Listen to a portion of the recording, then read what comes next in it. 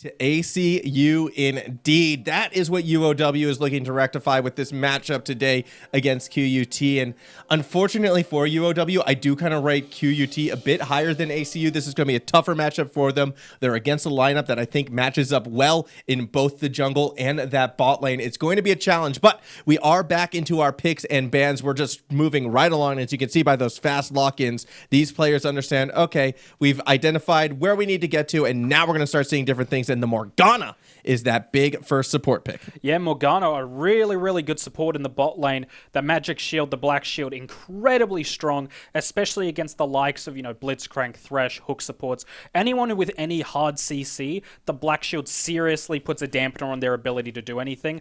And I think that's exactly what UOW needs to do, is they want to keep Totiri as safe as they can for as long as they can. And I think that's probably one of the best options they could go for. Are they going to go for the Ziggs ADC again? Yep, Ziggs is making the return back to that bot lane. Little Simo had a lot of success on it last week. I think it caught a lot of teams off guards, but the ability to just chunk down towers and getting that lane advantage. Now, into a Morgana might be a little bit difficult. I do see that Black Shield, and I start to worry, okay, you won't be able to get the displacement, and some of the damage might be shaved off. Also, the Shen locked in. Shen, I think, is one of the fastest growing top laners in terms of stock. So buy into Shen right now, looking very good. Renekton still the king of the top lane, but this matchup already proving to be as explosive as we were expecting. Yeah, no longer is Renekton sort of the monopoly king of top lane, as we've seen a lot more variations sort of coming in. And by say a lot more, I mean Shen sort of jumped in there here and there. So that's really good. They've banned a Karma out, obviously trying to shut down that mid Karma or support Karma. We have seen it go here and there. So a bit of a flex pick ban there, which is a really good idea for UOW. Yeah, we had Flick had some success on it back in the first week on that Karma, although Lux is still available, and it was the Lux Ziggs bot lane. I worry similarly, though, as I did last week, though, if you go for a full AP bot lane with a hard AP jungle, you're kind of doubling down too much on AP. And with a champion like Morgana who can kind of counter it, mid pick still available. Things like Galio could get locked in. I don't want QUT to necessarily fall into that trap as we still wait for that last ban. I still wouldn't be surprised to see that Lux ban just because Lux has been proven so strong. But no, it's a Draven. Yeah. UOW possibly not aware that Little Simo has the Ziggs in his champ pool. Yeah, I'm not sure about that because that Ziggs has been seen in that bot lane yes. Only in the bot lane QUT, right now. They've only played it in the bot lane. Exactly. So, it could be a flex pick. They could be putting it mid, baiting us out, and they've actually, seen through the deception. But I think it's more likely that Little Simo's going to pick it up as we have a Lucian picked up for the side of UOW. So that's probably going to be on Totiri, I imagine. I'm still thinking it's quite a key. I mean, anything you can flex, we can flex better. And Lucian, a bit more of that meta flex at this stage. I did say before that Lucian is kind of more of a mid laner, specifically in this tournament, than a bot laner. In fact, I think we've even seen Lucian top once, if I'm not mistaken. I believe so. Yeah, so the only place where we haven't really seen Lucian has been that bot lane. Speaking of bot lanes, there is the Lux QUT. They're essentially building that same composition that they had last week right now. The only difference has been that top laner thus far. They had big success with this lineup, and I'm getting worried for UOW. Yeah, well, the saying, if it ain't broke, why fix it? They had an incredibly successful game, and it worked for them then. It should work for them now if they play just as well as they did then against this team of UOW. They have answers that they can do. And they are going to take in that Galio, which sort of covers the global ult that they were missing last time because they had the Shen in the top lane. This time they'll have that Galio in mid, so they'll still have that global presence. You have a bot lane that is going to play safe against the bot side of UOW, which you were correct, actually. Totiri is going to be taking that Lucian. The bot side from UOW is going to want to play aggressive. They're going to want to be kill hungry, and yet they are picking... or they're going to be going up against, I think, a very, very safe, a very zone-heavy bot side from QUT. Bill on the Nidalee has to be that X factor. If UOW is going to get the spotlight ahead, it's going to have to be through Bill. Bill also is going to have to harass Janet. So much of this game relies on this Nidalee, I feel like, for UOW at this stage. It's going to be a very interesting one. Yeah, this is the problem they've had with this pick and ban, is they've put all their eggs in pretty much 1 to 2 baskets. So that's really their problem right now. Whereas QUT, like we said before, with their with their team being very consistent, they have members in all parts of the map, whether it's the Renekton, the Galio, the Ziggs. They can consistently do what they need to do by themselves. Whereas, like you're saying, for the side of UOW, they really need Bill to create those openings and help them get that momentum, which might be a little too much to ask against a pretty safe team that is QUT. Now, it is forcing UOW, I feel like, to be the aggressors, specifically on the bot half of the map. Now, that does mean that QUT can act as the aggressor back up top. Again, you have Renekton into Shen. Renekton does like to try to win lanes, but Shen can do a deceptive amount of damage, and Coffee, he's waiting for that big breakout performance. It'd be huge if he could get one over Tron the Pawn. We're going to find out, though, after a quick break, so do not go too far. When we return, we're hitting Summoner's Rift with our opening game of the evening. QUT is sort of dominating in this bot lane right now, and perhaps they might be the more proactive team on the bot side. Yeah, they're landing a lot of stuns, which is really, really good to see from Flick. Oh, here we go, though. Roach is going to go in. Terran Show is there. The exhaust is dropped, forcing out the flash. But the Chili Smite and the flash will secure that kill. First blood going over to Zonzuki, and they want another Little Simo their way to the dragon, whereas Lilia and Entropic are instead looking at this mid lane, but Roach is there as well. Arcadian forced to try to flash out. Roach committing for the play, but Sam the Sip wants no part of it. A great two-man knockup means Arcadian will secure the kill on the Braum. Sam the Sip going to use the showstopper, trying to throw Entropic into the waiting axe. Be cautious because Zonzuki is continuing to try to put that pressure in that mid lane, and Lil Simo gets caught out. Sam the Sip gets two. True Shot Barrage down the middle. Actually doesn't connect with anyone as Arcadian has been able to join the fray. A big ultimate out of Lilia into the showstopper does stop Sam the Sip, but not quite enough. Entropic on the back end does find Condude. Lil Simo gets Roach as well, and UOM already down 2 members are running for their lives. The Ocean Drake will be taken by QUT, but not before Terran might be able to find Arcadian. That shield is massive. Some though, Sam the Simp as well as Entropic actually run into each other on the flanks, and Ragnarok straight down the middle. Flick, wrong time to drop the final spot. The two-shot barrage doesn't do too much, but up above, the showstopper onto Little Simo pulls him out of position. Yes, you have the Mega Infernal Bomb, but it doesn't do that much to really turn the tides of this fight. In and out exactly like the champion is designed for. Flash Q out of Roach, though may have caught out Tron the Bomb, or did it? We're trapped in with Tron, not the other way around, as he gets one kill. Going golden is Entropic, not going to survive. Tron gets one before falling themselves, might actually get two. Cotton Dude has to run away from a very angry ninja. He's going to have to try to find a way back into this Baron Pit. Damage coming from behind. Little Simo throwing those bombs in there. Redemption actually does get Terran a little bit healthier. Final spark down the middle. Entropic steals Terran Zoo's life. I thought that was the Baron take, not quite yet. Health bar still quite low for UOM as in comes Tron the Palm, a double kill taken for Entropic. Another member falls, triple kill on this Liliana. Zonzuki on the tail end trying to stay alive. Eventually Tron is going to connect on the taunt. That is your ace. They control this game. They're going to be getting a Dragon Soul, it looks like, as it is secured by Entropic. Sam the Sip still going to be looking for this fight as Roach goes barreling in. A shutdown onto the Lilia. However, the rest of QUT is here to turn it around. Roach goes down. Those bombs out of Little Simo doing so much work. It's actually turning the fight in favor of QUT. Terran won't be able to get out of this Dragon Pit alive. Some of these Baron-empowered minions, just because of the range alone. Otherwise, they will be getting free shots at the inhibitor. Suzuki nearly caught out, but it's actually Sam the Sip who's pulled into a bad situation. A great play out of Arcadian. Just blows the front door wide open. Suzuki has been found. Entropic as well as Tron the Palm will chase him down. No more damage. GG QUT, a really, really good win from them. I mean, what a performance from QUT last week. You saw a very similar team composition to this one, how it worked, how they made it happen, yet the big difference this time around, no Shen available for Tron the Palm, who's in some of those fights really did look like a raid boss. Yeah, no, Tron the Palm on that Shen was ridiculous. Like you're saying, he was just in the middle of their team doing most of the damage. You would have thought, you know, maybe the Ziggs we need to keep an eye out for. No, it's Tron the Palm in the top lane who's just cleaving through your team. So unfortunately, no Shen available, but like you said, they've made up for that lack of ultimate on the Galio. Yeah, they have made up, so they do have that global presence. I'm just worried about whether or not they're going to be able to protect Little Simo for some of these sieges that was quintessential for QUT when fighting for those neutral objectives. That's going to be the game plan for QUT in this matchup. For UOW, it's all about finding the picks, finding the dive. We didn't really have a chance to talk much about Kawaii Ikea on this Lysandra, I feel like, into the Galio. UOW, they're set up to dive. Like, they have a lot of tools to sort of get in, get the damage, and then actually get out is kind of why Coffee on the Shen pick works so well. But if Kawaii Ikea can find those key flanks, the sieging potential from a Ziggs might not even matter. Yeah, against a Lysandra, you really have to worry about that threat of her jumping over the wall and just ice prisoning you, and you're pretty much dead at that point. So that's something they really have to keep an eye out for. Into the Galio, she'll have a little bit of trouble. That magic resist will definitely help, but I think if played well, Kawaii Kia can really start to put some pressure on, and at least, if maybe not kill Arcadian, force him to clear the wave while he roams. So that's probably a better option. It's been so long, I feel like, since we've seen an Aftershock Lysandra in any sort of competitive play. I personally love this build.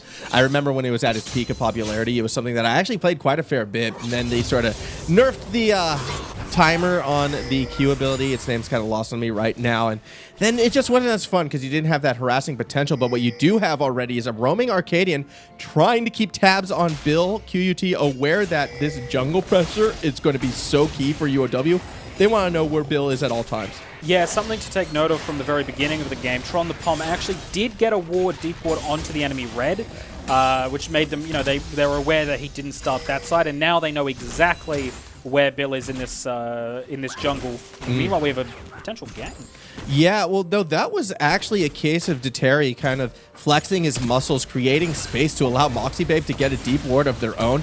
Janet now has been spotted by the UOW side. Unfortunately, Bill is on the opposite end of the map, so we're not going to be seeing any of that early Nidalee harass just yet. Each jungler on opposite ends of Summoner's Rift, and it's interesting that they're kind of on opposite ends where I expect them to be in the near future, but for now, I don't expect anything too crazy with each jungler being spotted out. I highly doubt anyone's going to get caught. No, I don't think anyone's going to get caught because Bill, realistically, I'm surprised he has opted for a full clear instead of contesting these objectives. Like we said, the Nidalee has a much better time, especially early game, against someone like the Lilia. So I don't see any reason when you know the side of the map that Lily is going to be on, why not immediately make your way down there? But they are going for a gank. Yeah, well, I think the play instead is try to shut down Tron the Palm, recognizing, this could be that carry. But on the other end of the map, Janet making a play of their own. First blood going to QUT, and now you do have Acadian roaming up. Might be able to find Bill in that jungle. Just sort of watching the mini-map right there as the Luminous Binding does connect. Meanwhile, Dak at that jungle fight. Bill has already popped down Coffee. The next target, teleport coming through. That is going to be Arcadian trying to rejoin the fight. Janet as well makes themselves known. Here comes Kawaii Ikea. They're able to get the root, and down falls Janet, so it's a 3-1 scoreline. That was a very, very lucky moment for Coffee that he didn't drop there. The flash just getting him outside that true damage range of the Q. The burn almost killing. However, yes, 3-1 over to QUT and 2 kills onto the Lilia, which is going to be key because you spoke about the jungle pressure early. What does a Lilia want more than kills? It should also be noted that, yes, that Luminous Binding down below in the bot lane actually did turn into a kill onto Deteri. So QUT, they're actually doing a great job in the matchups we could have been perhaps a bit more concerned about. The jungle matchup, Janet versus Bill. Janet now has 2 kills, and that early game Lilia phase is already gone. The Phoenix Codex has been bought, and Lilia is going to impact this map, I think, a lot sooner than what UOW would like. And down in the bot lane, Deteri, who has been this primary carry for the UOW side, already off to a slow start against the all-AP QUT bot lane. Yes, and he does have an CS advantage in the bot lane on the Lucian. However, overall, Little Simo's just put so much pressure, and Flick has got that constant threat of the E's, the bindings. I'm surprised this is even a way this is going. There's actually a fight, looks like it's breaking mid lane right now. It's a bit of an invade coming from UOW. You can see the tail end of it. Janet was able to find Kawaii Ikea. Arcadian as well can't not escape, so instead flashes in, gets Bill. Somehow will pay for it with his life. A double kill for Kawaii Ikea, yet UOW, they did give up their jungler once more, and Bill having a bit of a roughie. Yeah, unfortunately for Bill, he is just sort of in the wrong place at the wrong time. Or maybe even the right place just at the wrong time with the wrong crowd, as he's just been constantly shoved out of that jungle and hasn't been really able to do anything, as they're just going to flex their muscle in bot lane. Yeah, Deteri trying to force a fight, it actually looks like. Moxie Babe and that Dark Binding is what you need to be mindful of. Flick kind of playing a bit of a dangerous game. Dark Binding does connect, but the Luminous Binding returns, and the damage is actually going to be on this QUT side. You can see the moment a Luminous Binding hits, you're just going to be surrounded by those icicles, and it's going to do so much damage. UOW has to be really cautious here. Another Binding connects. Follow-up damage coming through. Moxie Babe quite low just as Janet arrives. The body block not enough. In fact, it actually turns into 2 kills for QUT. Bill, too late to the party, barely gets able to get to that tower in order to survive. Yeah, really lucky there for Bill. Again, right place, wrong time. Unfortunately, if he maybe went a little earlier, they might have been able to pull something out there. But a little too late, and there's actually a potential, I believe, maybe an invade on the bot side. They might be trying to shut down Bill even further. Yeah, instead, though, it also could be a play in the mid lane as well, as Kwai Ikea gets chunked right out of lane. This should lead to a fairly convincing dragon, I would think, for QUT, but a little bit slow in making that play happen. Just too many wards set up by UOW means that they were able to reset after those deaths, and it'll actually be UOW flexing their muscles a bit. QUT forced to back out. Yeah, forced to back out there. Moxie Babe in this bot lane really needs to step up there. There's been some poor timings on those black shields that have really cost them. They should be very safe in reality. You've got a double AP bot lane against black shield, bindings, etc. You should be well and truly safe enough to be able to at least CS. Meanwhile, they're now down 3 kills in the bot lane because of the fact that this poke damage in CC is being unblocked, and they really need to pick that up. The unfortunate thing, though, for QUT is, while, yes, there are 3 deaths on the UOW bot side, they've only gotten 1 kill for themselves. The other 2 did go to Janet with that double kill before, and while we did see what that late game Lilia is going to be capable of in this one, UOW still favored in this early game. Now, they are down 2k gold, but they could still get a skirmish or 2 back their way. Janet, though, already willing with the Runic Echo to try and fight some invades on Bill on the Nidalee, and this is not what you want in a Nidalee game, being invaded upon by a Lilia. Obviously, Bill's not going to have any of this, and the chase down is on. Spear will not connect, so Janet walks away. Yet down in the bot lane, another kill was just secured by QUT. Yeah, this has gone from really badly for UOW. This was a lane that we said they needed to win. Dutire needed to get ahead, and he needed to be that star player on the side of UOW along with Bill. And right now they're 0-4 combined, so this has really gone bad for them. And this is a QU team right now that is definitely making a statement. A 3-1 start would be phenomenal for this university, but Bill still wants this fight. Yes, Janet, you've had a hot start, but you still can't win the 1v1 with the ultimate, though. Janet helps put Bill to sleep, and the team is there. Another kill picked up as UOW falls further and further behind. And if you look there, Kawaii Kia was incredibly low with that after that trade with Arcadian. Right now, there's really no lanes other than mid lane who has any sort of precedence in this game for UOW. And even then, the mid lane is still getting taken out by the Galio. Yeah, so there's 2 things that I do want to sort of bring to attention, though, which is a kind of both these teams sort of breaking the norm for themselves.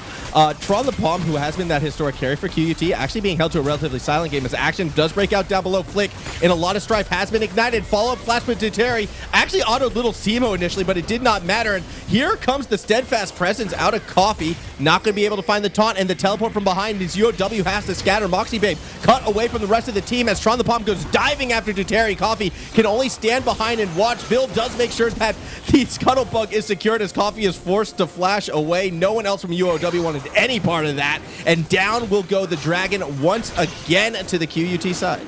Yeah, and that was almost a moment of bringing it back for UOW. They noticed the misposition by Flick and Simo. They were able to capitalize on it, but unfortunately QUT was so far ahead, and they were so far 2 steps forward on them. The TP in, the roam down. Lilia was in the right place at the right time and was able to capitalize on this. Oh, Bill just cannot go anywhere this game without being harassed. It really does feel like UOW just struggling to protect their jungler. And I find this interesting because we did have that little chat before coming into this game with Tron the Pawn, and he was just like, yeah, UOW, we have to be mindful of Bill. That was what he said. Bill is sort of that player we need to be cautious of, and it looks like that has kind of carried over to their game plan because Bill has just not been allowed to do anything this game.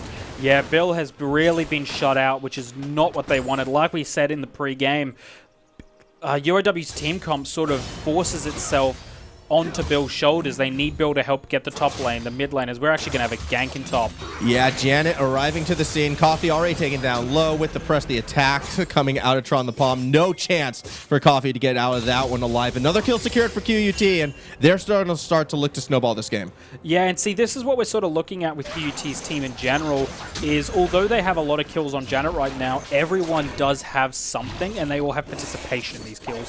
So the gold is a little more evenly spread across the board for QUT, whereas UOW really only has some gold onto the mid laner. Jutire, Coffee, Bill, they're all starving for some gold right now. And if QUT continues to play at this level, I think this is like firmly solidifying them as the #3 team in this tournament at this stage. Their one loss has been to Griffith, who I'd argue is the #1 team right now next to UTS. I'm still not sure which team I like a bit more between the two. They're very tightly contested. But that third place team definitely is looking like QUT as they are putting forth a dominant performance. Bill going to try to get something back. Unfortunately, it was just a bit too warded. Flick still might be caught out. Flash gets used, so does a teleport from behind. I believe that's Arcadian, but it doesn't matter. Bill has had enough as he dives forward, gets a kill. Luminous binding on the back end as well as Arcadian finds Terry. Kawaii Ikea a little bit late to the party, yet with that flash, Bill does avoid the big laser out of Flick. Stuns on Arcadian. Will it be enough? Not quite. Kawaii Ikea still gets run down. So does Moxie Bay as Janet joins the fray. Bill trying to get back to the safety of the tower. Looks like he will be able to get there, yet QUT wins yet another crazy skirmish. Yeah, again, right place, right time. QUT just seems to be everywhere where they need to be right now. Even top lane, Tron the Palm, who isn't in this fight, is just holding Coffee up in top. Unable to use his ultimate or TP, because if he does, he loses that top tower, and they're just going to crack open bot tier 1. I just can't emphasize enough how exciting this actually is for QUT, though. This was going to be that matchup that was going to challenge them. Little Sima so far has been performing admirably, so has Janet, but they were going to be up against two tough tests with Bill and Tuteri, and yet now we are seeing them overcome that challenge. QUT proving to be an actual contender. As we see this replay right here, Bill, he went for that dive, but then paid for it. Yeah, he really, really paid for it there. Missed timing by Flick here, giving Bill the time to actually flash out of the ultimate. So that's really, really unfortunate for Flick there. They get the kill on the side. They get Moxie Babe.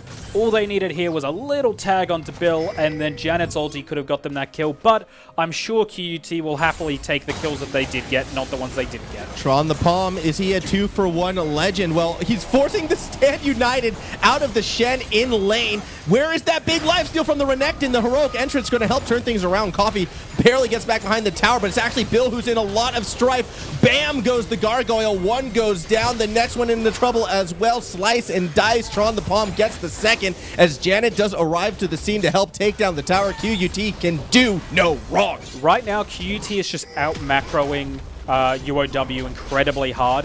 They have all the objectives. They're everywhere where they need to be. They are doing incredibly well. They're utilizing those globals, like you said. They didn't have the Shen ultimate, but they're taking advantage of that Galio, and the fact that Galio is strong enough that they now have two Magi Soul Stealers on the side of QUT. As Little Simo might as well pick one up. He's got the Dark Seal. He's just got a solo kill bot lane. Why not? You know, if we're going to play this game, Flick, AP support, yeah, well, go ahead. Get yourself a Magi. Renekton, you know? He's been trapped in that tomb for all eternity or whatever his lore is. He needs some reading material. Get himself a Soul Stealer as well. Just everyone go to your local library, pick up a Soul Stealer, and hang out with the QUT team because that's apparently where they've been hanging out. This blue side just dominating UOW in every facet thus far. Yeah, and the reason they're able to go for those Magi Soul Stealers is the fact that they are doing they're making a net profit. Even if they end up dying, they're usually making enough kills and assists back that should be okay for them, as they're just going to go pick up an Infernal Drake, casually get a second Drake under their belt, and right now it's about a 7k gold difference for UOW, and they're Dutire's in a rough spot. That was blind. There is no wards around there right now, yet Flick with that map presence is able to find out Dutire, and that just scares UOW away. I'm struggling to try and figure out where UOW actually comes back into this game, because I feel like outside of anything crazy like a Baron or Dragon Steel that can completely turn the favor, QUT may have just like accrued that much of a lead. It's going to come down to unforced mistakes, and with the way QUT is playing, well, this could be one right here. Tron the Palm does get caught, but it's a Renekton, and he does have that Blade of the Ruined King. Not going to get a chance, though, to turn the damage back around, so UOW does get one. See, this is the point I was about to make about UOW's team, is they do have kill potential in the advantageous fight. However, QUT has been giving them so few advantageous fights that they haven't been able to take advantage of that. The strength of that Lissandra is that tomb and being able to lock them down. You combine that, like you saw with the Nidalee, to confirm a spear, confirm that damage is really strong. But if you think about it in a team fight, as this game progresses, they can lock one person up, then what? QUT has so many options. You kill Tron the Palm, you've got Janet, Arcadian, Simo to deal with. You kill Simo, you've still got damage dealers in Tron and Janet, Arcadian. There's always an answer to no matter what UOW is doing right now, and that's the scary part for them. Yeah, and I also have to take a look at some of these builds, in particular, Coffee on UOW. He's still looking to try and establish, it looks to be like a split push build, which I'm not sure he's going to have the time or the space to be able to do so. QUT's team is designed to siege, and that kind of such a split push down. Kawaii Ikea also might be getting caught out as in comes the QUT side. They pick up yet another kill. UOW too slow to react as QUT also looking to sandwich up above. Eventually, though, underneath the tower, QUT does give that space, but UOW, again, too slow to react. Yeah, too slow to react, and they need to be aware that QUT, although UOW can dive, so can QUT. Oh, the Mega Inferno Bomb does so much damage to Tateri, and there's the laser. It doesn't connect. Globals, though, putting in the work. The Satchel Charm forces out the flash from Moxie Babe, who cannot get the binding back. Flick just continuing to zone while the rest of QUT takes down towers. UOW in so much strife, and Coffee has the Stand United available, yet is stuck in mid lane. Yeah, stuck in mid lane because there's really nowhere for him to go. And this is the other problem Coffee's going to have. He's not even got any AP magic resistance yet against a 4 AP team. He's still trying to win that 1v1 fight against Renekton. It's not that type of game. Arcadian on a rampage, but will go down. UOW gets one back, but at what cost? Because QUT is running straight through that open door. Bill, the house cat, barely jumps to safety. I'd have to think it's like, you know, getting flung out the kitchen window as QUT just tears everything down. Back to your point, the only magic resist item thus far has been the magic resist boots out of Moxie Babe. No one else has any MR. It was Ninja Tabby initially for Coffee, but he did just sell and change it, so I like, you know, the ability to adapt, but it may be too late. Yeah, it may be too late, and to be honest, the only reason Moxie Babe's got those boots is because how many bindings he was getting hit by in the early game. Maybe thought it might help him get out of it a little quicker. But yeah, overall, the side of UOW just doesn't seem to be adapting well enough to the 4 AP comp of QUT. They have high damage, high AP. Yes, they have Renekton doing AD damage and your Shen, and you know that's sort of what you excel at. But you've got to accept the fact that, hey, I'm not taking the majority of my damage as AD. I'm taking a lot of AP damage. Yep. I need to get those utility magic resist items out. Otherwise, I'm going to get blown up like I am. I was so ready to go in on Coffee if he stuck with those Ninja Tab eyes. I smelt the blood in the water. I was ready to go, but he did do the right thing, did get those Merc Treads, which were desperately needed. Again, I worry it may be too little too late, but hey, every little bit counts as we do have another Cloud Drake spawning in about 1 minute 5 seconds. It will be a Cloud Drake Soul. I don't really see a world, though, where UOW can actually contest for it. Yeah, realistically, they should not be able to contest for that. They're so far behind. 11,000 gold difference right now for the side of QUT. So there is really no way that they should be able to even step up near this without losing their base. They've got super minions pushing in the top lane. Tron the Pom has TP. So does Simo. So does Arcadian. They can realistically take that dragon, go to Baron, and then even just push top. Yeah, I'm actually surprised UOW is trying to mount this defense here and is not actually having anyone up on that top side eating those super minions, eating that golden experience. You have a Shen with both teleport and ultimate available. Coffee should be absorbing that right now, and yet he is kind of with the rest of the team trying to save this remaining tier 2 tower, which realistically doesn't mean that much because if QUT is going to try to end the game, it will be through mid or top. A little bit disappointed in the macro right there by UOW. Eventually, they do react as the super minions start to hit the base, but QUT taking advantage now of the sort of this disjointed approach. Again, Coffee with the main brunt of the team, not split pushing with these major map skills available, and it's costing UOW a fair bit. Yeah, and I'm really worried about seeing a repeat of last week that where instead of sending Coffee up to the top lane, they sent Dutire, who's really should be one of their main damage dealers. So that's a really scary prospect, like how they lost last week. They engaged without their ADC, and they got punished for it, and they were nearly in that same position. Yeah, as we do tend to see an engage, perhaps QUT does the smart thing and doesn't pull out, but Coffee did go in and immediately gets busted down. Coffee was the one who initiated sort of prematurely last week as well. Doesn't get punished for it this time. In fact, actually, a Dark Binding does hit onto Flick, and the damage is there from Duteri. Heal forced to be blown by this Lux as the siege continues. Yeah, but Dutiro is out of mana. He's a caster ADC with no mana, so he's in a here we go. spot. QUT goes in and immediately goes down before the Frozen Tomb can even be played. Janet tries to hunt down Coffee and eventually has the Dark Binding to try to turn things around, but it is unable to connect. Ultimate being used. Go to sleep, Coffee. Go to sleep on a gray screen as another kill is secured by Janet. The rest of QUT is backing out with the inhibitor taken, and UOW, they're actually not out of danger just yet. QUT, they're looking to take even more.